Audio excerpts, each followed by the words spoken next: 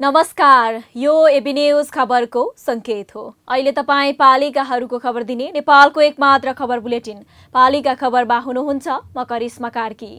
पालिका खबर bulletin आइसिआइडीले AB news खबरमा प्रत्येक दिन साँझ 6 देखि 7 बजेसम्म र दिउँसो 3 देखि 4 बजेसम्म पुनः प्रसारण गर्दै आइरहेको छ। देशभरका 77 जिल्लाका रेडियोबाट पनि यो खबर बुलेटिन प्रसारण भइरहेको छ। आजको पालिका खबर प्रारम्भ गरौं मूल खबरबाट। बाँकेको नेपालगञ्ज उपमहानगरपालिकामा बिहीबारदेखि एक साता लकडाउन। पीसीआर परीक्षणको दायरा बढाउने तयारी। ज्याला मजदुरी गर्नेलाई एक साता कसरी गुजार्ने भन्ने पिर। काठमाडौँ उपत्यकाकै खोला तर्न फर्केको सहारा लिनुपर्ने बाध्यता। मनोहरामा पुल नबन्दा स्थानीयलाई निरन्तरको शास्ति। वास्तै गर्दैनन् स्थानीय र प्रदेश सरकार।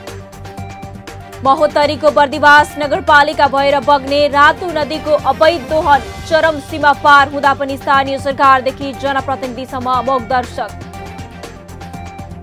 जुम्लाको तिला गाउँपालिकामा सुत्केरी पोषण कार्यक्रम सुरु। कोसेली बोकेर गर्भवती र सुत्केरी भेट्दै उपाध्यक्ष।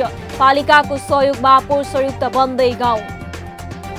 र नवलपुरको मध्यबिन्दुमा 4 वटा वडाका खेतबारी सिंचाई गर्ने नहर बन्दै। 5.5 करोडको लागतमा नहर बनेपछि उत्पादन बढ्ने स्थानीय किसानको आश।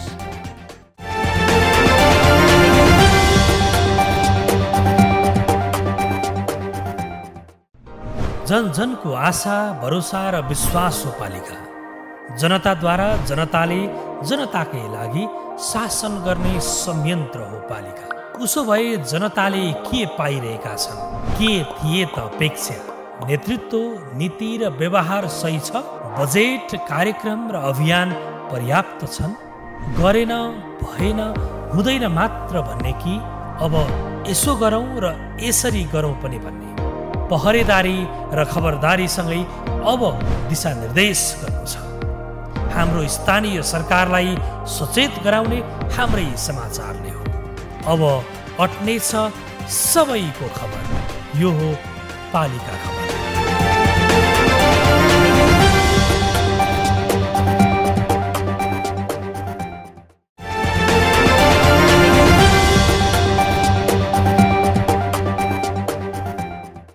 पालिका खबर अब विस्तारमा। कोरोना भाइरसको संक्रमणले मुलुक गाँच्दै लगेको छ। संक्रमणको रफ्तारको चपेटामा भारतसँग सीमा जोडिएका जिल्ला परेका छन्। भारतबाट खुला सीमा हुँदै निर्बाध नेपाल भित्रिएकाबाट संक्रमण फैलिएको छ। देशभर हाल सक्रिय संक्रमितको संख्या 10,000 नागिसकेको छ भने सरकारको तयारी खास देखिँदैन। संक्रमणको दर ह्वात्तै बढेसँगै बाँकेको नेपालगञ्ज उपमहानगरमा एक साताका लागि लकडाउन गरिएको छ। यो बीचमा संक्रमण भए नभएको अध्ययन गर्न पीसीआर परीक्षण बढाउने भनिएको छ। बिहीबारदेखि लकडाउन सुरु भएसँगै एक साताभित्र जोखिम न्यूनीकरण गर्ने चुनौती बाँके प्रशासनलाई थपिएको छ। यस्तै एक साता कसरी गुजार्ने भन्ने पीडा ज्यालादारी मजदुरीलाई परेको छ। बाँकेबाट पालिका खबरदाता लक्ष्मी तिमेल सिन्हाको एक रिपोर्ट। कोरोना संक्रमितको संख्या बढ्दै गएपछि बाँकेको नेपालगञ्ज उपमहानगरपालिकामा बिहीबारदेखि लकडाउन सुरु भएको छ। जिल्ला कोभिड-19 संकट व्यवस्थापन केन्द्र डीसीसीएमसीले एक साताका लागि लकडाउन सुरु गरेको हो। गत 24 घण्टामा बाँकेका विभिन्न पीसीआर ल्याबमा 289 जनामा संक्रमण पुष्टि भएको छ। तीमध्ये 219 जना बाँकेका छन्। जिल्लामा 500 भन्दा बढी सक्रिय संक्रमित भए लकडाउन गर्न सकिने व्यवस्था भएसँगै बाँके पुनः लकडाउनमा फर्किएको हो। धेरैका लागि लकडाउनले संक्रमण घटाउँदैन भने पनि संक्रमणको अवस्था भयावह बन्दै गएको छ। यहाँका कोभिड आइसोलेसन वार्ड भरिभराउ छन्। प्रत्येक दिन जसो 2 देखि 300 मानिस संक्रमित हुन थालेका छन्, जसका कारण अक्सिजन र शय्याको समेत अभाव हुन थालेको छ। सीमासँग जोडिएको कारणले पनि संक्रमण बढेको निष्कर्ष नेपालगञ्ज उपमहानगरपालिकाले निकालेको छ। नेपालगञ्ज उपमहानगरपालिकामा अहिले कोरोनाको बिगबिगी देखियो र चाहिँ नि दिनकै 200-300 मान्छे पोजिटिभ देख्न थालेपछि हस्पिटल हाम्रो भरिभराउ भएर बेडको समस्या, अक्सिजनको समस्या भएर देखिएपछि हामीले बोर्डर बन्द गर्यौं र हामीले सबै शिक्षा संस्थाहरू बन्द गर्यौं। तैपनि यो कन्ट्रोलमा नआइसकेपछि हामीले 7 दिनको लागि लकडाउन अथवा निषेधाज्ञाको लागि सिफारिस गर्यौं र जिल्ला प्रशासन कार्यालयबाट यो लकडाउन अथवा निषेधाज्ञा जारी भएको छ 7 दिनको लागि भोलिबाट। यता नगर उपप्रमुख पनि कसैले यसलाई स्वास्थ्यको रूपमा बुझ्न नहुने बताउँदै आएकी छन्। संक्रमणको दर घटाउन र संक्रमणको चेन ब्रेक गर्न निषेधाज्ञा बाहेक अर्को विकल्प नभएकाले लकडाउन गरिएको हो। यो बीचमा पीसीआर परीक्षणलाई बढाउने स्वास्थ्य मापदण्डको पूर्ण पालना गरेमा एक सातापछि लकडाउन नहुन पनि सक्ने उपप्रमुख बताउँछिन्। दोस्रो लहरको कोभिडको जुन संक्रमण दर नेपालगञ्ज उपमहानगरपालिकामा एकदमै छोटो समयमा बढेर गयो र अहिले हालको स्थितिमा 700 जना संक्रमितहरू सक्रिय हुनुहुन्छ, जसले गर्दाखेरि चाहिँ यो लकडाउनको अवस्था, लकडाउनै नभनौँ निषेधाज्ञाको अवस्था चाहिँ सिर्जना भएको हो। यो हाम्रो बाध्यता हो। हामीले रहरले चाहिँ निषेधाज्ञा लगाउन चाहिँ सिफारिस गरेको चाहिँ होइन, तथापि चेन ब्रेक गर्नुपर्छ। जसरी चाहिँ हामी सीमा नाकासँग जोडिएको उपमहानगरपालिका भएको हुँदाखेरि धेरै नेपाली दाजुभाइहरू आवत जावत गर्ने जुन खालको हाम्रो दैनिकी जस्तो छ हजारौं, अनि उहाँहरूलाई हामीले रोक्न सकिरहेको अवस्था छैन, किन भन्दा सीमा नाका चाहिँ बन्द गर्ने अधिकार हामीसँग स्थानीय सरकार अथवा स्थानीय प्रशासनसँग छैन। संक्रमण फैलन नदिन एक साता लकडाउन त गरियो, तर एक सातामा परीक्षणको दायरा व्यापक रूपमा बढ्नेमा भने अझै पनि संशय नै छ। यता लकडाउनले एक साता कसरी जीविकोपार्जन गर्ने भन्ने चिन्ताले स्थानीयलाई सताउन थालेको छ। अहिलेको अवस्थामा लकडाउन हुनु राम्रो त कसरी भन्नु र अब 81 लकडाउन भयो, हामी जस्ता काम गरेर खाने मान्छेहरूलाई एकदमै गाह्रो भयो। जबकि साँझ खानालाई बिहान काम गर्नुपर्छ, बिहान खानालाई अघिल्लो दिन काम गर्नुपर्छ भनेपछि 81 बन्द हुँदाखेरि त धेरै प्रभाव पारेको छ, धेरै असर पारेको छ। यसमा चाहिँ एकदमै हामी जस्तै म जस्तै काम गरेर खाने मान्छेहरू एकदमै दुखी छन्। अनि यसको विषयमा बन्द गर्नुभन्दा अगाडि काम गरेर खाने, ज्याला मजदुरी गरेर खाने मान्छेहरू चाहिँ कसरी खालान् भन्ने कुरा एकचोटि सोच दिएको भए हुन्थ्यो स्थानीय तहले भन्ने चाहिँ मेरो मनमा लागिरहेको छ। त्योभन्दा अगाडि केही सतर्कता अपनाइदिएको भए अहिले यति धेरै बढ्थेन होला, सायद ध्यान पुगेन कि त्यतिसम्म भन्ने कुरा चाहिँ लागिरहेको। एक साता अघिदेखि सबैभन्दा संक्रमणको चपेटामा परेको जिल्ला हो बाँके। उपमहानगरपालिका वडा नम्बर 1 को कार्यालयका सबै कर्मचारीलाई कोरोना पुष्टि भएपछि वडा कार्यालय बन्द गरियो। कोरोना विशेष वार्ड नै भरिभराउ हुन पुगे। 32 जनाले ज्यान गुमाइसके। त्यसैले पनि एक साताको लकडाउनलाई पालना गर्न उपमहानगरले आग्रह गरिरहेको छ। पहाडी जिल्लामा पुल नभएर मानिस अहिले पनि फेरीबाट वारपार गर्छन्। झोलुङ्गे पुल नभएर अहिले पनि धेरै तुइनबाट यात्रा गरिरहेका छन्। पहाडी जिल्लामा कतै सडक नपुगेको हुनाले यात्रा सहज होइन, कठिन छ। यी कुरा लगभग सबैलाई थाहा छ, तर काठमाडौँ उपत्यका पनि दूरदराजकै जस्तो पीडा सहन बाध्य छ भन्दा तपाईलाई पत्यार नलाग्न सक्छ। तर काठमाडौँ र भक्तपुर जोडिएको मनोहरा पुलमा स्थानीय फड्केबाट यात्रा गर्न बाध्य छन्, त्यो पनि जोखिमपूर्ण यात्रा। भक्तपुरबाट पालिका खबरदाता विपना मुसिखवालको एक रिपोर्ट। दृश्यमा देखिएको जस्तै जोखिम मोलेर खोला तर्ने रहर कसको पो होला र? सबैको चाहना मोटेरेबल पुल वा सुरक्षित पुलबाट खोला तर्ने नै हुन्छ। तर यदि सुरक्षित पुल नै रहेनछ भने त्यसको विकल्प के त? जवाफ एउटै छ, जोखिमपूर्ण यात्रा, जुन दृश्यले नै स्पष्ट पारिरहेको छ। यो दृश्य कुनै दुर्गम जिल्लाको होइन, यो मुलुककै विकसित मानिने काठमाडौँ उपत्यकाभित्रकै दृश्य हो। नामैले चर्चित छ मनोहरा खोला। उपत्यकाभित्रका भान्सामा पाक्ने तरकारी प्राय यही खोला वरिपरिकै हुन्छ भन्दा कुनै फरक नपर्ला। तर कृषकले ज्यानै जोखिममा राखी तरकारी काठमाडौँ ल्याउने गरेका छन्। बाँसको फड्को पार गरेर मात्रै होइन, खाली खुट्टा बालुवा माथिको पानीलाई टेकेर खोला तर्न स्थानीय बाध्य छन्। रहर त छैन उनीहरूको, तर अरू विकल्प पनि त छैन। स्थानीय जनप्रतिनिधि यसप्रति बेखबर नभएका पनि होइनन्। भक्तपुरबाट निर्वाचित प्रदेश सांसद कृष्णलाल भडेल सोही खोलाको डिलमा हुर्किएका हुन्। यस्तै चाँगुनारायण नगरपालिकाका उपप्रमुख बिना बास्तोलाको वडा र खोलाको दूरीमा फरक छैन। दुवैको स्थान वडा नम्बर 2 दुवाकोट। आँगनकै डिलबाटै स्पष्ट देखिन्छ मनोहरा खोला। तर निर्वाचित सांसद भडेल भने यसरी जोखिमपूर्ण यात्रा नहोस् भनेर 1.5 वर्षदेखि आफू पुल बनाउन पहल गरिरहेको दावी गर्छन्। अब त्यो पुल भनेको त अब मूलपानी जाने बाटोमा पुल छँदैछ, ब्रह्मकेल जाने बाटो छ होइन। हजुर। अब हामीले शिव मन्दिरबाट चाहिँ नि मूलपानी पुललाई चाहिँ अब आगामी वर्षमा चाहिँ नि अब फोहोर पनि प्रस्ताव गरे हो, अब यसपालि प्रस्ताव गर्नेमा छौँ हामी। त्यहाँ मूलपानी जानलाई बाटो त जति पनि छँदैछ, एउटा पुल थियो, अहिले 500वटा पुल छ, त्यो अर्को साललाई चाहिँ हामीले फोहोर गरिरहेको छौँ। खोलाले चाँगुनारायण नगरपालिका र काठमाडौँको कागेश्वरी मनहरा नगरपालिकाको सिमानाको काम गर्दै आएको छ। परापूर्व कालदेखि लास बोकेर आवत जावत गर्नुपर्ने बाटोमा अझै पक्की पुल नबन्नुको दोष कसलाई दिने त? अब स्थानीयले भने वर्षै पछि आफै पैसा हालेर या त पैसा उठाएर बाँसको पुल बनाइरहेका छन् भन्ने कारणले गर्दाखेरि त्यसपछि अब के भयो भने अब किन खोला जानु, सानो छ, सानो खोलामा पुलै हाल्दिउँ न भन्ने कुरा गर्दै गरेर चाहिँ हामीले बाँसको पुल हाल्यौँ। पुल निर्माण हुन सक्यो भने धेरै नै राम्रो हुन्थ्यो यहाँको बासिन्दालाई सबैलाई। अनि धेरै भेगको चाहिँ ओहोरदोहोर हुनुपर्ने, मर्दा लास समेतै बलसरी लानुपर्ने ठाउँमा धेरै नै समस्या भोगिबसेको छ। अब त्यस्तो ठाउँ छ हजुर, के गर्नु। बालबालिका विद्यालय जान होस् या कृषक तरकारी बोकेर होस् या त कर्मचारी कार्यालय जान नै किन नहोस्, सबै जोखिमपूर्ण यात्रा गर्न बाध्य छन्। अझ मोटरसाइकलले पनि खोलाको पानीलाई नै आफ्नो बाटो बनाइसकेको छ। सोही पुल तरेर विद्यार्थी काठमाडौँको विद्यालयमा पढ्न जान्छन्। हिउँदमा बनाएको पुल असारमा आएको खोलाको बाढीसँगै बगेर जान्छ अनि स्थानीय बाध्य हुन्छन् आधा घण्टाको पैदल यात्राको लागि, त्यो पनि मूलपानी चौरको मूल या त बोडेको पुलसम्म।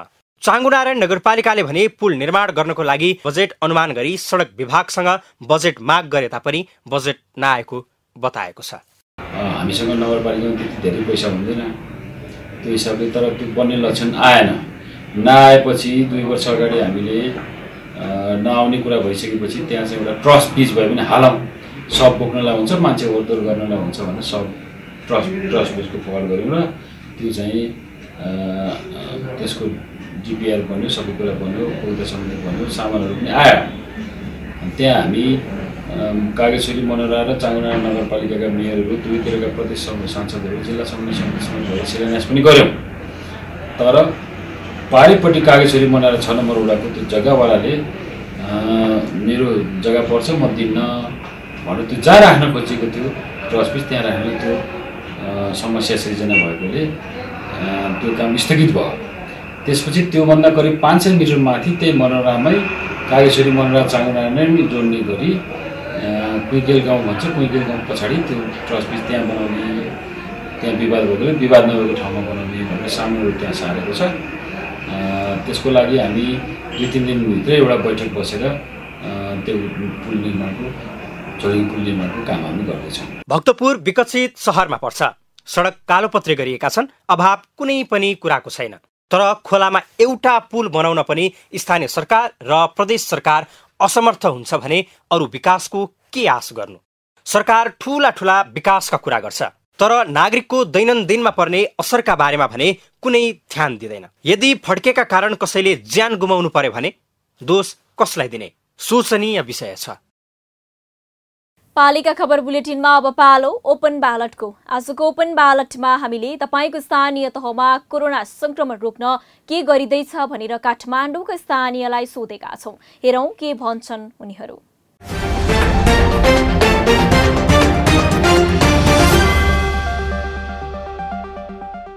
अब त्यो बाटो हुन्थ्यो नि, ठाउँ ठाउँमा त्यो एउटा सानो ट्याङ्की राखेर त्यो सब राखिदिए त हुन्छ, राम्रो हुन्थ्यो नि। अनि मान्छे अब कसैले त्यो घरमै राख्न सक्दैन, त्यो सेनिटाइजर भन्ने होइन, ठाउँ चोकचोकमा ठाउँ भयो भने त्यहाँ गएर त राख्छ नि।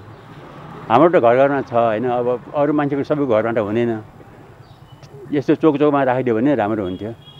अब के भयो हुन्थ्यो, धाराहरू ठाउँ ठाउँमा धाराहरू, मास्क बाँड्ने, सेनिटाइजरहरू बाँड्ने, यसो जनचेतना जगाउने कार्यक्रमहरू भइदियो हुन्थ्यो जस्तो लाग्छ। हजुर मलाई त्यो त केही पनि थाहा छैन, खै अब अहिलेसम्म गरेको थाहा छैन।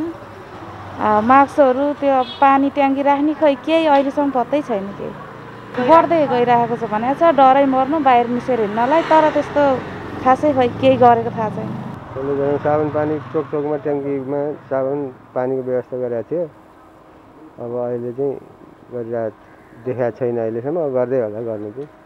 अरू वडामा भन्दा विशेष 10 नम्बरले गर्छ गर्न चाहिँ। अरू काम भन्दा विकास निर्माणको काम पनि धेरै गरेको छ अरू वडाको भन्दा, यहाँ त गर्छ। हाम्रो वडा अध्यक्ष जनप्रिय नि छ मान्छे। खै छैन, हामीलाई थाहा छैन। यहाँ पसलमा सेनिटाइजर दिने, मास्क दिने हो नि हामीलाई थाहा छैन है। अब मास्क सेनिटाइजरहरू व्यवस्था गरिदिए हुन्थ्यो।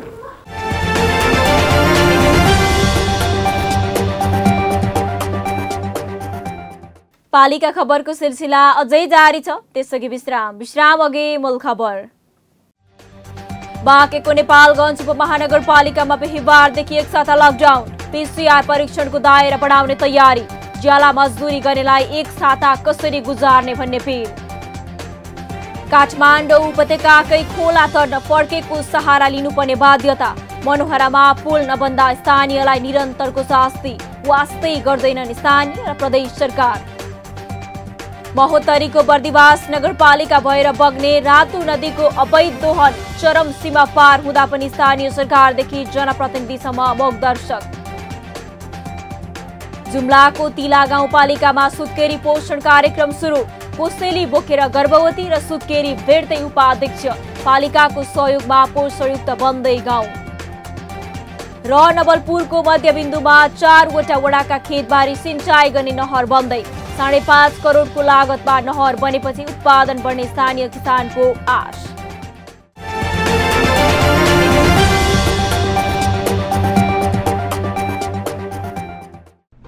जन जनको आशा, भरोसा र विश्वास हो पालिका। जनताद्वारा जनताले जनताकै लागि शासन गर्ने संयन्त्र हो पालिका। उसो भए जनताले के पाइरहेका छन्, के थिए त अपेक्षा? नेतृत्व, नीति र व्यवहार सही छ? बजेट, कार्यक्रम र अभियान पर्याप्त छन्? गरेन, भएन, हुँदैन मात्र भन्ने कि अब यसो गरौँ र यसरी गरौँ पनि भन्ने?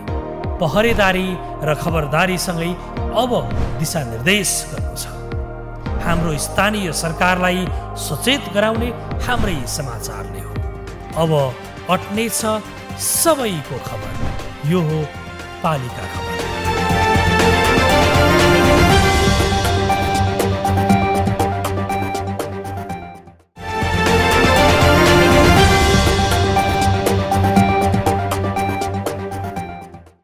तराईमा छ्यापछ्याप्दै खुलेका क्रसर उद्योग र टिप्पर तथा ट्र्याक्टर व्यवसायको मनोमानीले दिनहुँ नदीजन्य वस्तुको व्यापक दोहन भइरहेको छ। विशेष गरी धनुषा र महोत्तरीको सिमानामा पर्ने रातु नदीमा मापदण्ड विपरीत ढुङ्गा, बालुवा, माटो जस्ता नदीजन्य वस्तुको दोहन भइरहेको पाइएको छ। ढुङ्गा, गिटी, बालुवा उत्खनन, बिक्री तथा व्यवस्थापन सम्बन्धी मापदण्ड 2077 अनुसार नदीजन्य वस्तुको उत्खनन गर्नु परेमा प्रारम्भिक वातावरणीय प्रभाव मूल्याङ्कन स्वीकृति गराउनु अनिवार्य छ। तर सम्बन्धित निकायको व्यवस्थाले महोत्तरीको बर्दिवास नगरपालिकाको रातु नदीको किनारबाट दिनहुँ अवैधानिक उत्खननले सीमा नाग्दै गएको छ। महोत्तरीबाट पालिका खबरदाता विशाल बस्नेतको एक रिपोर्ट। ढुङ्गा, माटो र नदीजन्य वस्तुको दोहनले वर्षेनी वर्ष यहाँका जनताहरू प्रताडित बन्दै आइरहेका छन्, बाढी पीडित बन्दै आइरहेका छन्, जनधनको समेत क्षति भइरहेको छ र यहाँ वरपर हुने जमिनलाई कटान गरी धेरै मानिसहरू घरबार विहीन समेत भइरहेका छन्। तैपनि यहाँका क्रसर माफियाहरूले आफ्नो दोहन र नियम विपरीतका कार्यहरूलाई निरन्तरता दिइरहेका छन्। 2077 साल साउन 4 गते मन्त्री परिषदको बैठकबाट स्वीकृत ढुङ्गा, गिटी, बालुवा उत्खनन, बिक्री तथा व्यवस्थापन सम्बन्धी मापदण्ड 2077 कार्यान्वयन गर्न संघीय सरकारले सबै पालिका र जिल्ला समन्वय समितिलाई पत्रचार समेत गरेको थियो। तर मापदण्ड विपरीत खुलेआम उत्खननलाई नै रोजीरोटी बनाइरहेका ट्र्याक्टर व्यवसायी र क्रसर उद्योगले राजनैतिक शक्तिको आडमा नियम कानुनलाई नै ठाडो चुनौती दिँदै आएका छन्।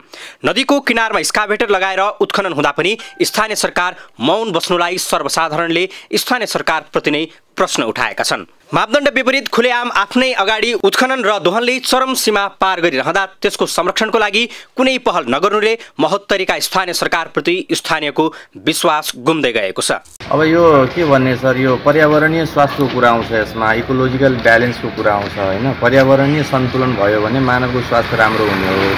अब यो चुरे दोहन भनेको जनताको अज्ञानताको फाइदा लिने जुन एउटा प्रवृत्ति बढिरहेको छ, जनताले केही गर्दैन, त्यहाँको जनताले केही बुझ्दैन भन्ने एउटा सचेत नागरिकले जिम्मेवार पक्षहरूबाट यसको चाहिँ निराकरण हुनुपर्ने हो। जिल्लाभर लगभग 50 भन्दा बढी क्रसर उद्योग छन्। त्यतिकै बाक्लो संख्यामा ट्र्याक्टर खरिद गरेर उत्खनन गर्ने व्यवसायी पनि छन्। क्रसर उद्योगले वातावरणीय प्रभाव मूल्याङ्कन बिना नै मापदण्ड विपरीत ठूला खाल्डा बनाउने, बस्तीको नजिकै क्रसर सञ्चालन गर्ने जस्ता मनोमानीले वर्षेनी जनधनको समेत क्षति हुँदै आएको छ। गत वर्ष पनि बर्दिवासमा एकजना बालिकाको क्रसरले बनाएको खाल्डोमा परेर ज्यान गएको थियो। क्रसर सञ्चालन गर्दा मानव बस्तीबाट कम्तीमा 1 किलोमिटर दूरीमा हुनुपर्ने, राजमार्गबाट कम्तीमा 500 मिटर दूरीमा हुनुपर्ने, खाल्डो खन्दा 3 फिट भन्दा गहिरो खन्न नपाइने, चुरे संरक्षण क्षेत्रबाट उत्खनन गर्न नपाइने, वातावरणीय प्रभाव मूल्याङ्कन स्वीकृत लिनुपर्ने जस्ता मापदण्डको व्यवस्था गरिएको छ। तर निर्वाध रूपमा मापदण्ड विपरीत खुलेआम क्रसर उद्योग र ट्र्याक्टर व्यवसायीको मनोमानीले चुरे क्षेत्र समेत खिँदै र खुम्चिँदै गएको छ। जुन क्रसर व्यवसायहरू जेसीबी किनेर टिपर किनेर जुन व्यवसाय गरिराख्नु भएको छ, अब निश्चित रूपले उहाँको पनि धेरै ठुलो लगानी छ। अब सरकारलाई तिर्नुपर्ने केही न केही त राजस्व पनि तिरिराख्नु भएको स्थिति छ। यो सिस्टमबाट गयो भने यसले वातावरणमा पनि यसले प्रतिकूल प्रभाव पार्दैन। रिभर बेड रेज हुँदै गएको छ, नदीको सतह अस्वाभाविक रूपले माथि उठ्दैछ। त्यसले गर्दाखेरि के छ, तलको चाहिँ खेतीयोग्य जमिन र बस्तीहरू जोखिममा रहेको स्थिति छ। त्यसको पनि केही हदसम्म चाहिँ व्यवस्थापन हुन्छ। यता जनप्रतिनिधिले भने रातु नदीको दोहनलाई रोकेको दाबी गर्दै आएको छन्। त्यो अनुगमन पनि भइरहेको छ भन्दा पनि त्यसको चाहिँ एउटा समिति बनेको छ। त्यो समिति चाहिँ के हो त भने अब मेयर साहबको संयोजकत्वमा समिति बनेको छ। भर्खरै अस्ति चाहिँ कार्यपालिकाको चाहिँ बैठकले निर्णय गरेको छ। त्यो अब अनुगमन गर्नु भएकै होला, संयोजक उहाँ नै हो। वन तथा भू संरक्षण मन्त्रालयले महोत्तरी सहित विभिन्न 36 वटा जिल्लालाई चुरे संरक्षण क्षेत्र अन्तर्गत राखेको छ। कुल भूभागको 12.78% चुरे क्षेत्रमा पर्दछ। ढुङ्गा गिटी बालुवाको दोहनले चुरे क्षेत्र खिँदै जाँदा मानव अस्तित्वमा गम्भीर सङ्कट आउने भन्दै प्रथम राष्ट्रपति रामवरण यादवले चिन्ता व्यक्त गर्दै आएका छन्। डोजर आतंक है, एक्सकेवेटर आतंक है, क्रशर आतंक है। ये आतंक आके यहाँ है संपूर्ण देश में हमारे कहा चाह तड़ाई एक ताला है, ये ग्राउंड फ्लोर है। सूर्या भीतरी मधेश आके फर्स्ट फ्लोर है, महाभारत थर्ड फ्लोर है और लेक का हम नेपाली भाषा में उपलेख आल्यकाली वो जो है यहाँ के चुरे तथा नदी दोहनको उत्खननलाई रोक्न राष्ट्रपति चुरे तराई मधेस संरक्षण विकास समिति 2071 सालमा गठन समेत भएको छ। गठन हुने तर जिम्मेवारी भुलिदिने प्रवृत्तिले तराईमा चुरे तथा नदी दोहनमा विकराल समस्या खडा हुँदै गएको छ। पालिका खबर बुलेटिनमा अब पालो पालिका टकको।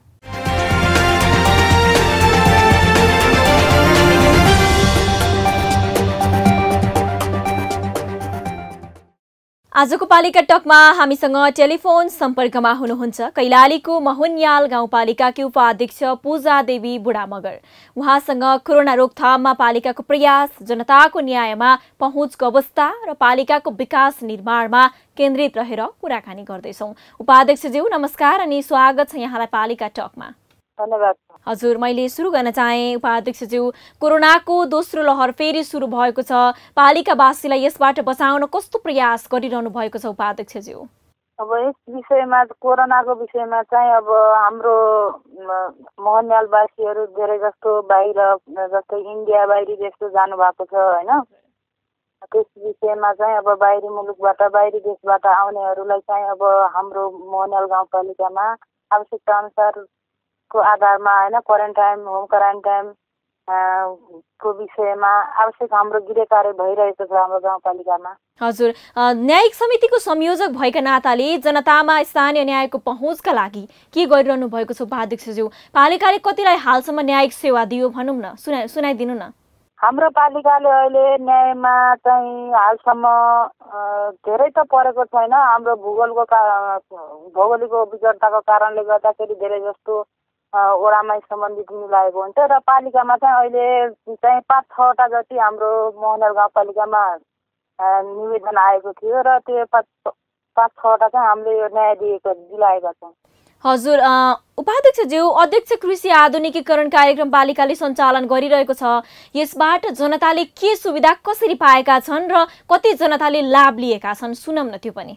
अब त्यो हाम्रो मोहनल गाउँपालिका अध्यक्ष कृषि आधुनिकीकरणमा चाहिँ हामीले चाहिँ मोहनल गाउँपालिकाको जनताको लागि चाहिँ बोट बिरुवाहरू अनि कृषि पशुहरू चाहिँ वितरण गरेका थियौँ। हजुर, हाम्रो चाहिँ मोहनल गाउँपालिका लगभग हाम्रो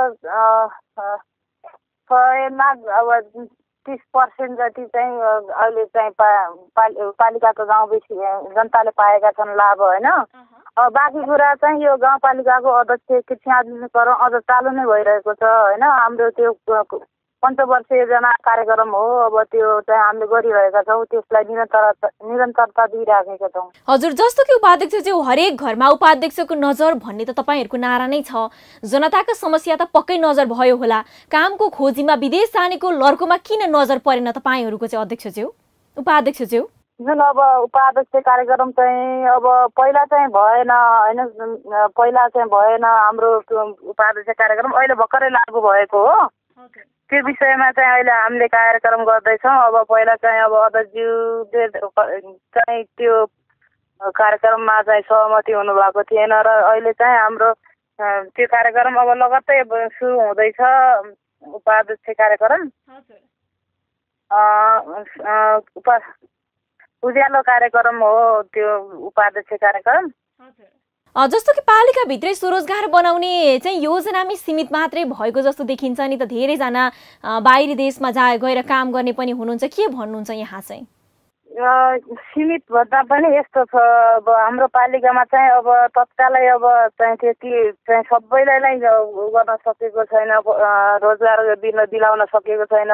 बिस्तारै बिस्तारै सबैलाई रोजगार दिलाउँदैछौँ, होइन। र अब चाहिँ अब बिस्तारै बिस्तारै चाहिँ अब मोहनल गाउँपालिकामा अब जस्तै कृषि आधुनिकीकरणबाट पकेट क्षेत्र बनाउने त्यस्तो चाहिँ हाम्रो प्लानमा छौँ। अब मोहनलवासीले चाहिँ अब बिस्तारै बिस्तारै रोजगार पाउनेछन्।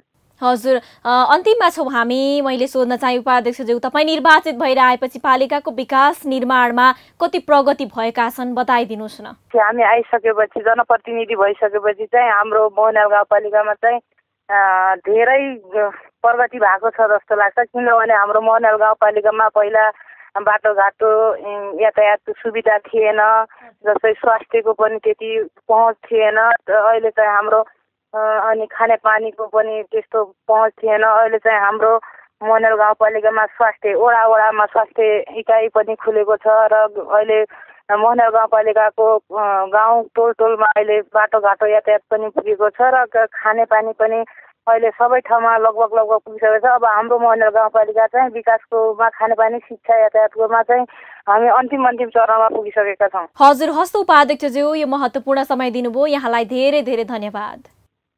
हजुर, धन्यवाद।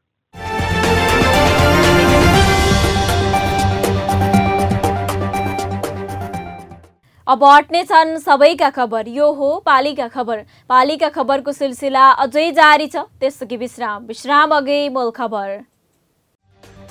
बाँकेको नेपालगञ्ज उपमहानगरपालिकामा बिहिबारदेखि एक साता लकडाउन, पीसीआर परीक्षणको दायरा बढाउने तयारी, ज्याला मजदुरी गर्नेलाई एक साता कसरी गुजार्ने भन्ने पिर। काठमाडौँ उपत्यकाकै खोला तर्न फर्केको सहारा लिनुपर्ने बाध्यता, मनोहरामा पुल नबन्दा स्थानीयलाई निरन्तरको शास्ति, वास्तै गर्दैनन् स्थानीय र प्रदेश सरकार। महोत्तरीको बर्दिवास नगरपालिका भएर बग्ने रातु नदीको अवैध दोहन चरम सीमा पार हुँदा पनि स्थानीय सरकारदेखि जनप्रतिनिधिसम्म मोक दर्शक। जुम्लाको तिला गाउँपालिकामा सुत्केरी पोषण कार्यक्रम सुरु, कोसेली बोकेर गर्भवती र सुत्केरी भेट्दै उपाध्यक्ष, पालिकाको सहयोगमा पोषणयुक्त बन्दै गाउँ।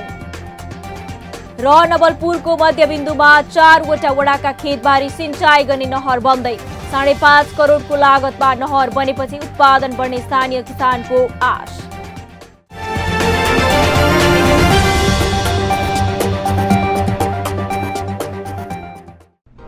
जन जनको आशा, भरोसा र विश्वास हो पालिका। जनताद्वारा जनताले जनताकै लागि शासन गर्ने संयन्त्र हो पालिका। उसो भए जनताले के पाइरहेका छन्? के थिए त अपेक्षा? नेतृत्व, नीति र व्यवहार सही छ? बजेट, कार्यक्रम र अभियान पर्याप्त छन्? गरेन, भएन, हुँदैन मात्र भन्ने कि अब यसो गरौँ र यसरी गरौँ पनि भन्ने? पहरेदारी र खबरदारीसँगै अब दिशानिर्देश गर्नु छ। हाम्रो स्थानीय सरकारलाई सचेत गराउने हाम्रै समाचारले हो। अब अट्नेछ सबैको खबर। यो हो पालिका खबर।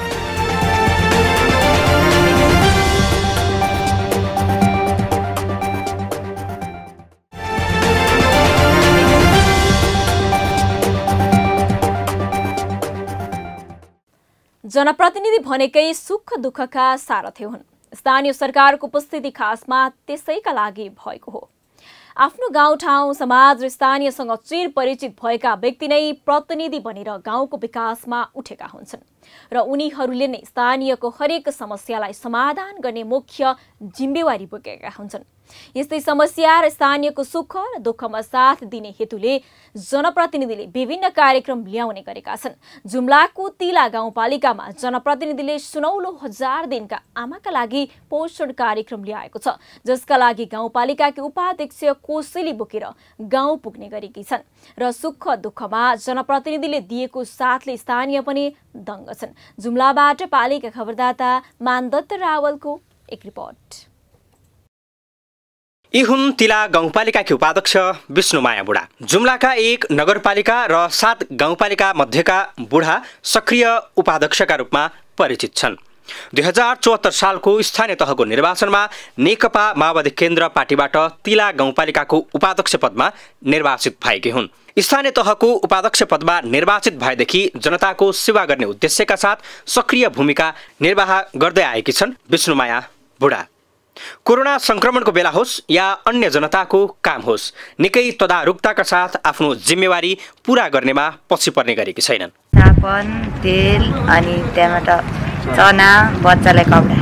यति बेला उपाध्यक्ष बुढा गर्भवती र सुत्केरी सुनौलो 1000 दिनभित्र आमा बच्चाको पोषणमा सुधार ल्याउनका लागि कोसेली बोकेर गाउँ गाउँमा पुग्ने गरेकी छन्। सुनौलो 1000 दिनभित्रका आमासँग उपाध्यक्ष कार्यक्रम अन्तर्गत कोसेली बोकेर गाउँमा पुग्ने गरेकी हुन्। कोसेली झोलामा बच्चालाई न्यानो कपडा, तेल, साबुन, नङकटर र पोषणयुक्त आहार, चना राखिएको छ। तिला गाउँपालिका 9 वटा वडामा विभाजित छ। 9 वटै वडामा सुनौला 1000 दिनभित्रका 1170 जना आमालाई कोसेली वितरण गर्ने कार्यक्रम छ। 3 किलो चना अनि झोला झोला अब बच्चाहरूको सुरुवाल अब केही कार्डहरू यो हरिन्छ हुन्छ यो भन्नाले सुरक्षाको लागि झोला दिनुभयो। नङकार्ड अब आमाहरूको नङहरू यति लामो हुन्छ, बच्चा बच्चीहरूलाई खोड भयो भने चाहिँ यो रोग लाग्छ। अब त्यही कारणले सरसफाइको लागि नङकार्ड दियो, साबन, लनी,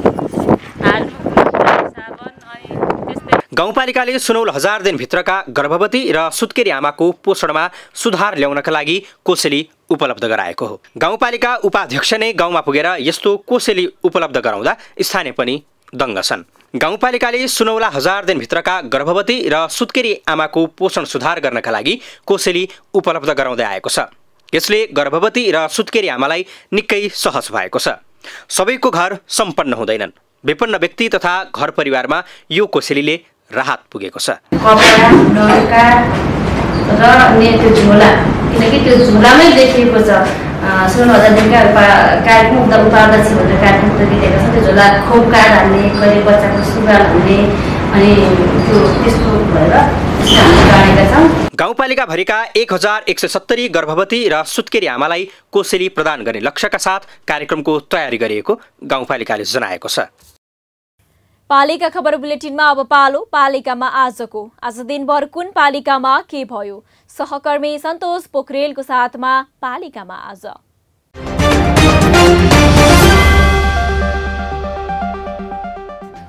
कोरोना संक्रमित बढेपछि बाँकेको नेपालगञ्ज उपमहानगरपालिकामा लकडाउन। 15 वैशाख मध्यरातिसम्म लकडाउन कायम रहने।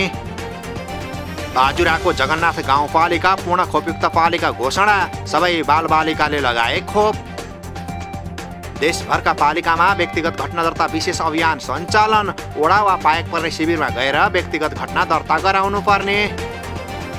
काठमाडौँको गोकर्णेश्वर नगरपालिकाले नगरभित्रका कोरोना पोजिटिभ देखिएकालाई अस्पताल जानु परे निःशुल्क एम्बुलेन्स सेवा उपलब्ध गराउने, नगरवासीलाई स्वास्थ्य सुरक्षाका मापदण्ड अपनाउन पालिकाको आह्वान। कास्कीको अन्नपूर्ण गाउँपालिकाद्वारा उपाध्यक्षसँग सुत्केरी कार्यक्रम सञ्चालन, घर घरमा पुगेर सुत्केरी महिलालाई कुखुरा र कम्बल वितरण गर्न सुरु। ललितपुर महानगरपालिकाले महानगरभित्र निःशुल्क बाँड्न थाल्यो मास्क बाँड्न नगर प्रहरी परिचालन। तनहुँको आबु खैरेनी गाउँपालिका 6 का अग्निपीडित सन्तबहादुर भुजेलको परिवारलाई पालिकाद्वारा खाद्यान्नका साथै 25,000 रुपैयाँ प्रदान, राहत पाउँदा अग्निपीडित परिवार दङ्ग।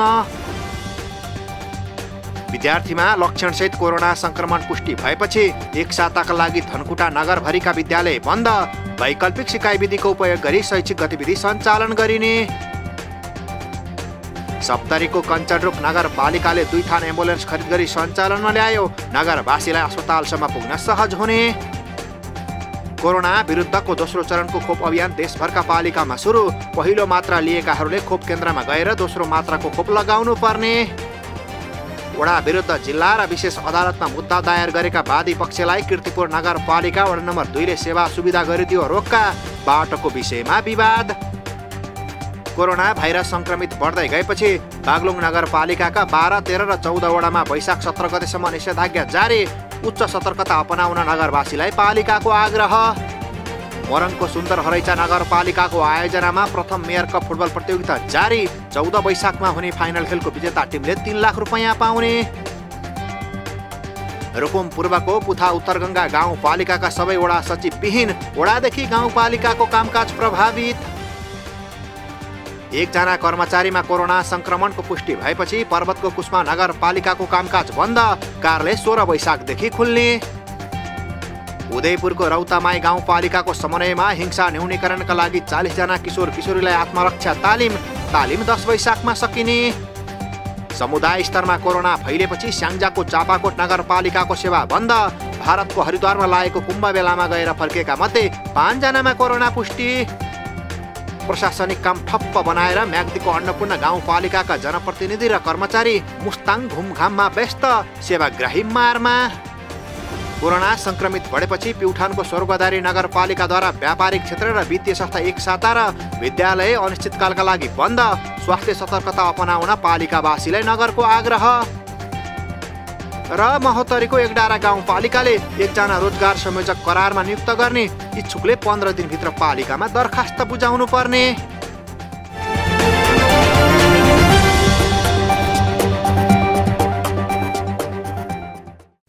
न गाउँ न सहर छुट्दैनन् कुनै खबर, यो हो पालिका खबर। पालिका खबरको सिलसिला अझै जारी छ, त्यसअघि विश्राम अघि मूल खबर।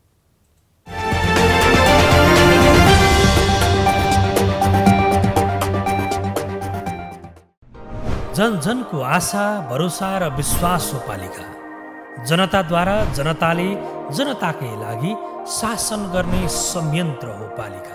उसो भए जनताले के पाइरहेका छन्, के थिए त अपेक्षा? नेतृत्व, नीति र व्यवहार सही छ? बजेट, कार्यक्रम र अभियान पर्याप्त छन्? गरेन, भएन, हुँदैन मात्र भन्ने कि अब यसो गरौँ र यसरी गरौँ पनि भन्ने? पहरेदारी र खबरदारीसँगै अब दिशानिर्देश गर्नु छ। हाम्रो स्थानीय सरकारलाई सचेत गराउने हाम्रै समाचारले हो। अब अट्ने छ सबैको खबर, यो हो पालिका खबर।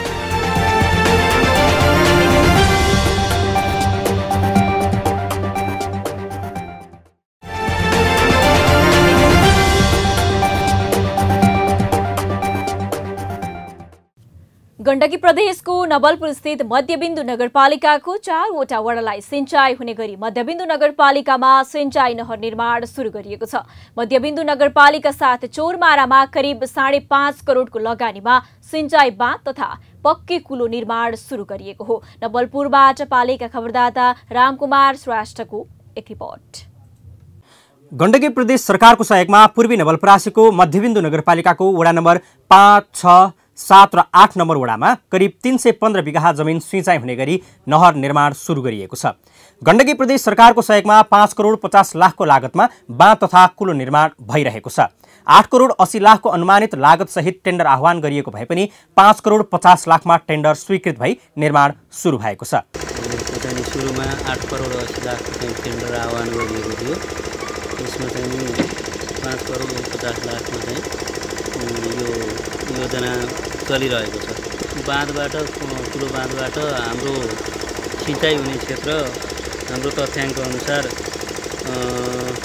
210 हेक्टर करिब सिँचाइ हुने चाहिँ नि देखिन्छ र यसले मध्यबिन्दु नगरपालिकाको वडा नम्बर 5, 6, 7 र 8 का जग्गाहरू सिंचित गर्छ र यसबाट करिब 753 घरधुरीहरू लाभान्वित हुने देखिन्छ। आयोजनाको अहिले 50% को हाराहारीमा काम सकिएको छ। निर्माणाधीन बाँध तथा नहर आर्थिक वर्ष 2078-79 मा सम्पन्न हुने गरी काम भइरहेको छ। आयोजना अन्तर्गत अहिले सिँचाइको व्यवस्थापनका लागि गिरुवारी खोलामा 60 मिटर लम्बाइ र 35 मिटरको चौडाइ भएको बाँध निर्माणको काम भइरहेको छ भने 380 मिटर पक्की नहर निर्माण जारी छ। अहिलेसम्म प्राविधिक अथवा निर्माण व्यवसायीसँग सम्पर्क गरिरहँदा र हाम्रो अनुगमनमा पनि अहिलेसम्म 50% टोटलको 50% काम सकिएको हामीले चाहिँ पाएका छौँ र यो 28/9/22 गतेसम्म सम्पन्न गर्ने गरी यो आयोजना चाहिँ सुरुवात सिँचाइ गर्न पाइन्छ। अहिले यो चैतको अन्तिमसम्ममा यहाँ पानी चलेर मुख्य काम भनौँ न टोटल काम नसकिएला र मुख्य काम सकिने हामीले जानकारी पाएका छौँ। कतिपय क्षेत्रमा आकाशे पानीको भर पर्नुपर्ने र कतिपय क्षेत्रमा कच्ची कुलोबाट सिँचाइ गर्ने गरिएकोमा पक्की सिँचाइ नहर बनेसँगै किसानलाई मौसमी तथा बेमौसमी खेतीका साथै व्यावसायिक रूपमा तरकारी खेती गर्न समेत सहज हुने स्थानीयको आश छ।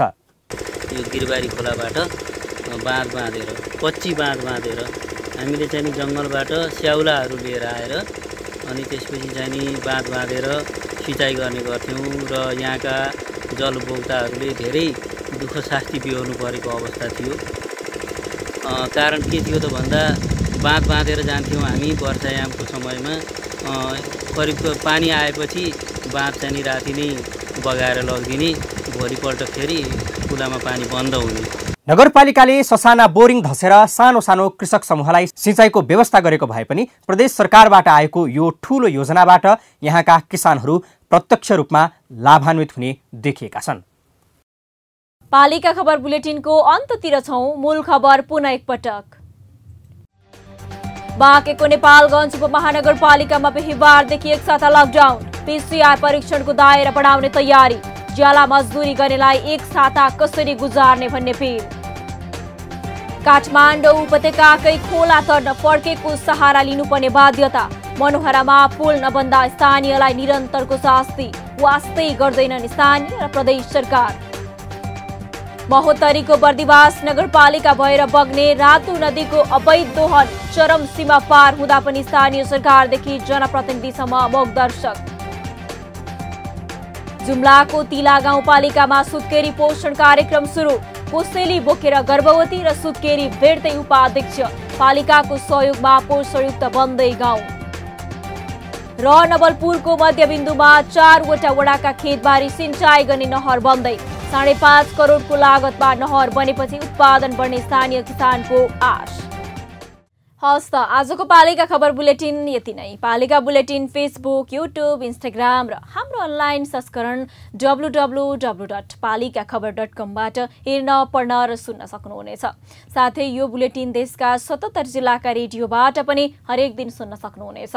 पालिकाहरूको गतिविधि समेटिने नेपालको एकमात्र खबर बुलेटिन पालिका खबर लिएर भोलि पुनः आउने नै छौं। एबी न्यूज खबर हेर्दै रहनुहोला। नमस्ते।